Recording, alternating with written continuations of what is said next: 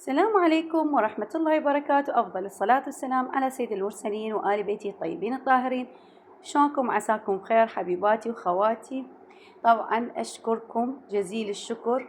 إيش قد ما أشكركم قليل طبعا على سؤالكم وعلى تحمتكم السلام البابا وعلى تعازيكم إلي بوفاة عمو أبو زوجي. هنا يقول لكم عظم الله لنا ولكم الأجر بمصاب أبا عبد الله الحسين وأخيه أبو فضل العباس، سلام الله عليهم. طبعا بنات حبيباتي، هنا أنا جبت شغلاتي أريد أسوي ثواب. سلام الله عليهم بنات. فأني كل سنة عندي نذر من أيام أولاد، يعني قبل لا يصيرون، فكنت أنذر لأهل البيت سلام الله عليهم، والحمد لله والشكر أوفي بنذري اللي يعني أقدر عليه، لأن أنا صراحة مو صاحبة موقف كبير ولا مثلا نقول فد شي، لا. بالبيت أسوي أشياء وأوزع على أولاد المنطقة الموجودين. هنا جبت أنواع البسكيت والحليب والجلي والسوالف، وهنا عصير طبعا ردت حليب، بس صراحة ما شفت حليب صغار. هاي رحت المولين شفت بس عصاير، هواي عصاير مكومة ما أدري بعد، يعني هاي حليب يعني يوم عبد الله رضيع إن شاء الله. فما لقيت وجبت هاي الأشياء كليتها. وإن شاء الله الله يتقبل منا ومنكم. زين، وهذا الشيء القليل. فالمهم بنات، أحب قلت لكم أشكركم هواية ومشتاقة لكم هواية. طبعا أني صراحة ما أريد يعني أكسر، شو أقول لكم، أبث لكم طاقة سلبية، لا. بس يعني إحنا مصيبتنا سبحان الله، يعني شو أقول ما أعرف. أول شي بابا، يعني انتو كلكم تعرفون، صار عنده بتر بالأصابع، وبعد هي عمو الله يرحمه. فيا بنات، أنا مصيبتي صارت يعني يوم، يعني شلون أقول، يوم طلعنا بابا من المستشفى بعد أسبوع مباشرة، يعني أقل 3 أو 4 عمو دخل المستشفى. وعمو كان كل شي ما بي بنات، كل شي ما بي، يعني إنسان صاحي دخل المستشفى. خليني أشرح لكم هنا إيش دا أسوي. أول يوم محرم، طبعا سويت هنا محلبي بالكاكاو، شكر وكاكاو ونشا وأكيد مي ونكهة وخامة أو الكيمر فيها بنات، وهنا حليب هماتينه. فكل شي ما كان بيه كنا ناويين إنه ناخذه للنجف على طبيب مستشفى هناك، يعني هو الطبيب مالته. يعني بيومها كان أبو كاظم يريد يطلع بيه، ويعني هسه عندي فيديو مسجلته، يعني طلعت البيت ونشيل الزوالي والثلاجة وما شو اسمه هالسوالف، يعني دارت بالبيت. فقال لي أبو كاظم، قال لي استعجلي، يعني هو يساعدني، يعني ما أقدر وحدي. فقال لي خلينا نستعجل، يعني لازم أطلع يعني بالثنتين أني رايح للنجف. والله شو سبحان الله، يروحون للنجف وتخربط، يعني ما قدروا يطلعوه من البيت، إسعاف ومباشرة للمستشفى دخول. فمن دخل المستشفى ما طلع، صار عنده خطية تنفس، ضيق بالتنفس. هو بسبب يعني قبل مسوي قسطرة. زين، فالحمد لله والشكر، الحمد لله. يعني احنا، يعني أنا شوفوا من توفت عمتي الله يرحمها كلش انهاريت، بشكل انهاريت بنات، ولا يزال ما يعني ما أنسى ذاك اليوم نهائيا اللي توفت بيه عمتي. يعني كانت مثل أم. عمو كذلك نفس الشي، يعني هالاثنيناتهم أصيح لهم ماما وبابا.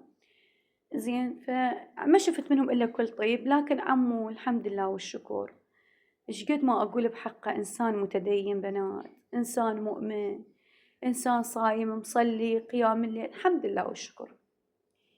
فيا بنات، يعني والله العظيم من توفى، رحت يعني قبل لا يتوفى رحت المستشفى، إحنا بأيام الأخيرة مالت الامتحانات. اعذروني إذا صوتي طبعا بنات، يعني ما أعرف. زين، والله العظيم وجهه يشع نور، ينور، يعني وجهه يشع نور، اللي يشوفه كل من يزوره سبحان الله كأنه ما نور.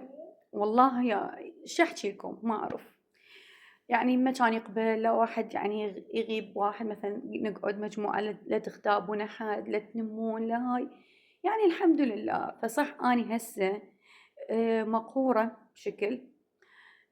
أني من طبعي ما أقدر ألبس أسود هواية لأنه أصلا أختنق ما أقدر. أنا بس عندي نذر كل 10 عاشور ألبس وبعدها أنزع.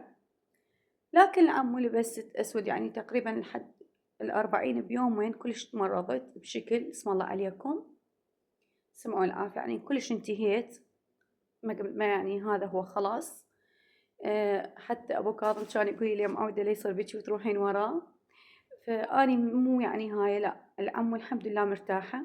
يعني مكانه العلم عند الله وإن شاء الله زين مكانه معلوم. ولحد يومين 3 أنا الفاتحة صح يعني أبكي ومقهورة بس ما كنت مستوعبة يعني ويا بابا كنت ملتهية طبيب وكذا يعني ما شفت الجنازة وما شفت شي.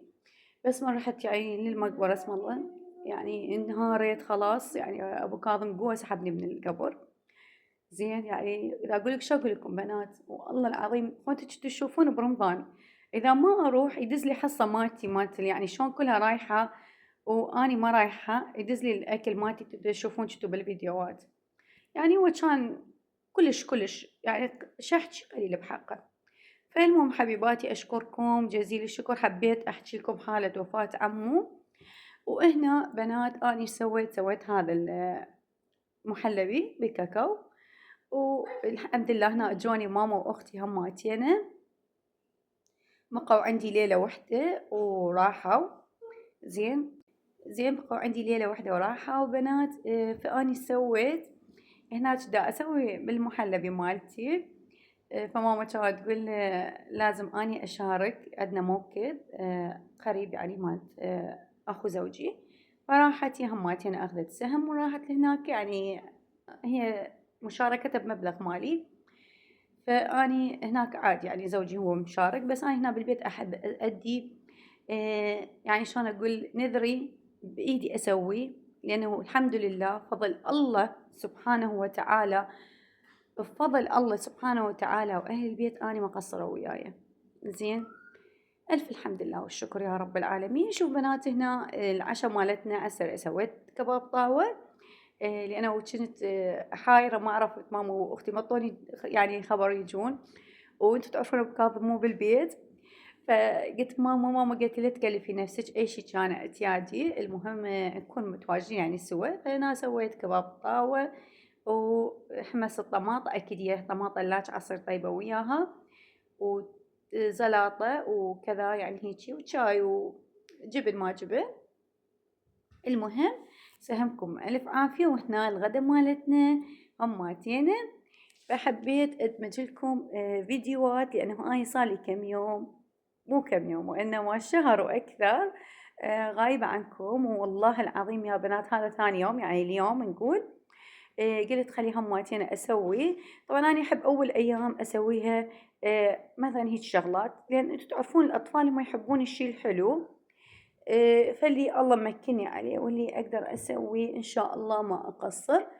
ودائما أقول أتمنى إن شاء الله ولدي يكبرون والله يحفظهم ويا أولادكم وأسوي لهم موكب يعني اللي هيجي موكب كبير إن شاء الله. زين وما عليكم صوت كوكي أو كاظم. زين وهنا بالمنطقة يعني أولاد قليلين أطفال قليلين يعني موجودين. فقلت إن شاء الله من يكبرون أولادي أسوي موكب كبير بإذن رب العالمين إن شاء الله. فهنا سويت حلاوة البسكت اللي هي كلش يعني سهلة وطعمها طيب والأطفال يرغبونها. زين لأنه شو عندنا مواكب هنا يا بنات عندنا بالمنطقة فالأطفال ما يبقون يروحون ويا أهاليتهم يشوفون كم بيت باقين يعني وأنطيهم من عنده إن شاء الله يتقبل رب العالمين. زين وسألتوني على نجاح أولادي. طبعا الحمد لله والشكر اثنيناتهم نجحوا بفضل رب العالمين. اثنيناتهم درجاتهم زينة. أنا قلت لكم ما يهمني الإعفاء أنا عندي بنت يسع إعفاء ماخذة بس فردي لكن ما يهمني الإعفاء أنا يهمني إنه يعني ينجحون يعبرون مرحلة لأنه هسه مو مهم. المهم الثالث والسادس. الثالث يعني مثلا إذا حبت تروح مهني أو شيء هذا عندي شوية مهم. والسادس الإعدادي عند كل الناس يدخلون إنذار مو بس أني. فهنا بنات قلت لكم ضفت إضافات شفت بعد قليل شفت الكمية قليلة فضفت بعد، وهنا عندي هذا جزئين سويته، بقى جزء سادة وجزء ضفت له الكاكاو. هنا ما احكي لكم الكهرباء جاية رايحة سلمى علي كل شوية شلون أنا مشتاقة لكم يا ما ليش تشتاق لي. فهنا صبيت مواعين، يعني رصيت المواعين كليتين، ودورت على مواعين شفافة ما لقيت، لكن عوضتهم بقلاصات أكيد عادي يصير بهن أي شيء، وإن شاء الله بالأيام الجاية حتشوفون أنا لحد 10 عاشور أسوي ثواب زين. وبعدها بالأربعين الله كريم من يروح إن شاء الله أبو كاظم يعني الكربلة، هماتين ويا موكب أخو أكيد يعني ياخذ غير شي، ندفع منه على مود هناك الطبخ مبلغ مالي أو هيك شي يعني أقول لكم. فالمهم هنايا أنا دا أصب المواعين، وأولادي راحوا البيت عمتهم هناك أكو مواكب وشغلات، فأني ما أروح صراحة، مو على مود شي، بس لأنه ما أقدر أطلع من البيت، أني كلش بيتوتية يا بنات، وما أقدر أبقى ببيت أحد لليل، هم يبقون لحد الليل، يبقون مثلا لليل فأني ما أقدر أبقى لحد ما أبوهم يجيبهم أو عمهم يجيبهم، يعني إذا يكونوا موجود، إذا أبوهم يكون موجود، إذا مو موجود عمهم يجيبهم. فهنا أني وحدي زين، والحمد لله والشكر أدي واجبي. وقلت لكم اللي تقدرون عليه تسووه، مو مهم الكمية، مو مهم التباهي، مو مهم التفاخر، أنا مجرد أأدي واجبي وأوفي نذري، إيش قد ما يكون المهم أنتوا تكونون وفيتوا، المهم أنتوا تكونون ما قصرتوا. وطبعا لا تقولون أهل البيت ما محتاجين، طبعا أكيد أهل البيت ما محتاجين، سلام الله عليهم، لكن إحنا محبة بيهم نسوي هذا الشيء زين. هم يعني أدرى برحيم، وهم من العشرة المبشرين بالجنة نيالهم، يا ريت لو إحنا نشوف نشتم ريحة الجنة باكر عقبه يعني من نتوفى، لكن هذا محبة بيهم. وبعد إحنا تعلمنا ونشأنا على هاي السوالف، وألف الحمد لله والشكر، وماكو فرق بين هاي وبين ذيك، وماكو فرق بين هاي الطائفة، ماكو أي شيء. المهم أنتو قلوبكم تكون نظيفة، والمهم كل إحنا إخوان إن شاء الله، وعادي لعبالكم إذا هذا فلان ما يسوي إذا ذاك لا، كلها نفس الشيء بنات. وبعدين كلنا شنو أولاد آدم وحواء أخوان إن شاء الله. هنا حبيت أسوي نقشة بسيطة بيها، طبعا حبيت أسويها من هاي الدوائر وما قدرت زين. هنا جيت بعد كمية ثانية، وهاي هي صارت، وسهمكم العافية، وإن شاء الله تدعونا رب العالمين تقبل علينا. مع السلامة.